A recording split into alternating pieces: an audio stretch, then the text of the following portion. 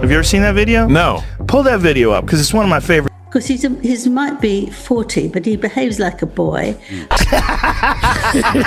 Woof. No more following Granny's rules. Don't wear your pants on your head, Harry. Don't bath on the butler, Harry. Harry, very anti-William and anti-King. It's just Harry and Meghan that are wonderful. I absolutely am not. I think it's really quite sad. Harry has come out with demands that are absolutely ridiculous. He's demanded, I'll tell you, 3 things. One is that his father got to pay out of his own money. But apparently for me, that doesn't matter. To be famous. She found the guy to make her the most famous in the world. Now she's over there and she's like, the focus is starting to shift off of me. And everybody's got to, from now, whatsoever, nothing.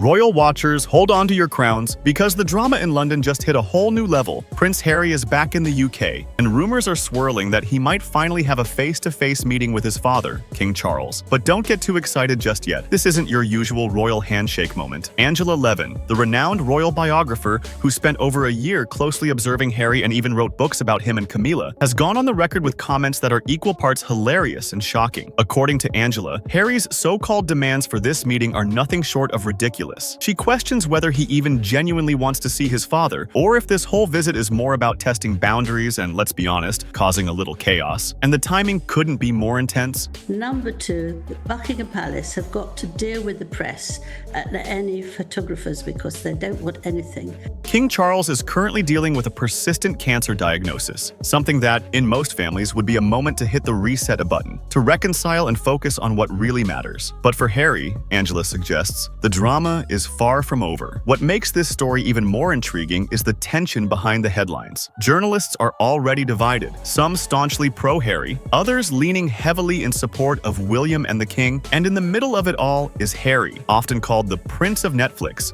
juggling public expectations, private family issues, and apparently a very long list of demands that have left even the most seasoned royal observers scratching their heads. So, what exactly did Angela Levin reveal? How absurd are these demands? And what do they really tell us about Harry's intentions and the influence Meghan might still have on him? Stick around, because the story we're about to unpack is part royal controversy, part family drama, and entirely captivating. By the end, you'll see why this isn't just another visit. It might be the most talked about royal moment of the year. So what's actually happening with Harry's visit? Sources say he's returning to London this week for what's officially called family and personal matters, but everyone knows there's more beneath the surface. This isn't just a casual stop. It's rumored to be a potential meeting with King Charles, a reunion that could either soothe old tensions or ignite new ones. The buzz alone has journalists leaning in, fans speculating, and royal insiders holding their breath. Angela Levin points out that even the logistics of the trip are complicated. Harry supposedly has a packed schedule, juggling public appearances, private family consultations, and his own media commitments. And everybody's got to, from now,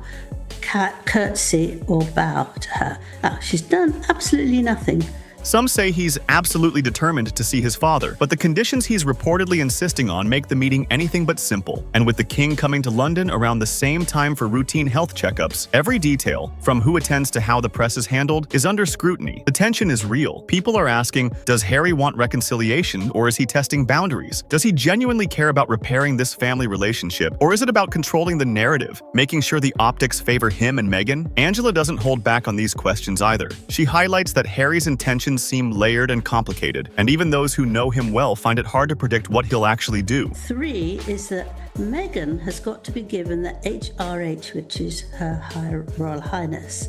And it's not just about Harry and Charles. Every move is magnified, dissected by the media and social platforms. Royal watchers are tracking flights, meetings, and even minor gestures, because in this family, small actions can spark huge headlines. The suspense is building. Will Harry actually show up under his own terms? Or will the ridiculous demands Angela warned about derail the entire plan? Angela Levin doesn't hold back, and when she speaks, royal watchers watchers listen. With decades of experience studying the monarchy, she has spent months observing Harry firsthand, and her observations are as blunt as they are entertaining. She describes Harry as someone who was once charming and approachable, but now, in her words, all that's gone. According to Angela, he's acting with a mix of determination, cunning, and a touch of mischief, driven by both personal motives and the influence of Meghan. She paints a picture of a man who wants to see his father, but only on his own terms. It's not about reconciliation or family healing, it's about control. The demands Harry has reportedly made are, in her eyes, over the top and frankly, ridiculous. And while she acknowledges his past warmth and likability, Angela warns that the current approach is calculated. She even calls him dangerous and cunning, not in a villainous sense, but as someone who knows how to maneuver within a high-stakes environment. Angela also emphasizes the family tension that everyone senses but few can articulate. She notes that normally, when a loved one faces health challenges, it's a chance for reflection and reconciliation. But Harry's focus seems elsewhere, leaving observers stunned. She suggests that Meghan's influence may be steering him, subtly or overtly, shaping the conditions he insists on before meeting his father. And here's the kicker. Angela makes it clear that even though Harry may appear charming in public, behind the scenes, there's a layer of strategy, calculation, and yes, a bit of drama that makes this UK visit far from ordinary. Now, let's talk about the demands that have everyone talking and laughing at the same time. Angela Levin didn't hold back when she described them, calling them absolutely ridiculous. And once you hear them, it's easy to see why. First, Harry reportedly wants his father to personally pay for security for him and his family. Normally, this would be handled as part of royal protocol, but according to Angela, Harry insists on covering every detail himself, even though he's no longer a working royal. Second, he's apparently demanding that Buckingham Palace control the press and photographers, making sure only friendly coverage reaches the public. Essentially, no unflattering images, no tough questions, just a perfectly curated, warm portrayal, mainly for Meghan. And third, and perhaps the most eyebrow-raising, Harry wants Meghan to receive full royal honors, including her HRH title, and expects everyone to curtsy or bow to her. Remember, she hasn't been actively involved in royal duties for years, so this request is seen as particularly audacious. Angela points out that Meghan, in her short time at the palace, was often critical of protocols, and now, these demands feel like a direct challenge to the institution itself. Angela isn't shy about saying what she thinks. These demands aren't just unusual, they're testing the king, the palace, and the public's patience. And the timing, with King Charles facing ongoing health challenges, adds a layer of tension that makes the story even more dramatic. But it's not just the demands themselves that are shocking, it's what they reveal about the underlying family tensions. Angela Levin points out that Harry's behavior seems heavily influenced by Meghan, shaping not only what he wants but how he approaches the situation. She suggests that some of his insistence on conditions, like avoiding anything royal or controlling press access, reflects a mix of personal motives and strategic maneuvering. Angela also highlights the emotional stakes. Normally, when a loved one faces health challenges, it's a moment to hit the reset button, to put differences aside and focus on family. But Harry seems to be prioritizing control over connection. Angela describes him as behaving like a boy, fixated on his list of conditions rather than the gravity of his father's situation. The speculation doesn't stop there. Media outlets are already polarized, with some journalists taking a pro-Harry stance and others firmly supporting King Charles and Prince William. Public opinion is split too, with fans debating whether Harry's approach is justified or tone-deaf. Angela's take cuts through all of this, portraying a royal son who is charming on the surface but calculated behind the scenes, someone who knows how to make headlines, for better or worse. And while all this drama is unfolding, the clock is ticking. King Charles' health, though manageable, is a reminder that time is precious and every choice carries weight. This tension between personal demands, public perception, and family responsibility is what makes this story so compelling and why it's capturing global attention. The moment Angela Levin's comments hit the airwaves, the reactions were explosive. Social media lit up with royal fans and critics alike debating every word she said. Some applauded her honesty, saying she was telling it like it is, while others defended Harry, claiming the media and biographers often twist his intentions for drama. Journalists are divided too. Many pro-Harry outlets focus on his desire for a controlled, respectful meeting and paint him as a son trying to navigate a complicated family dynamic. Meanwhile, others lean heavily toward William and King Charles, portraying Harry's demands as self-serving and out of touch with royal tradition. This split makes every report and opinion piece feel like it's fanning the flames of a global family feud. Angela adds her own color to the controversy, calling Harry dangerous and cunning, despite acknowledging the charm he once had. Harry is very, very dangerous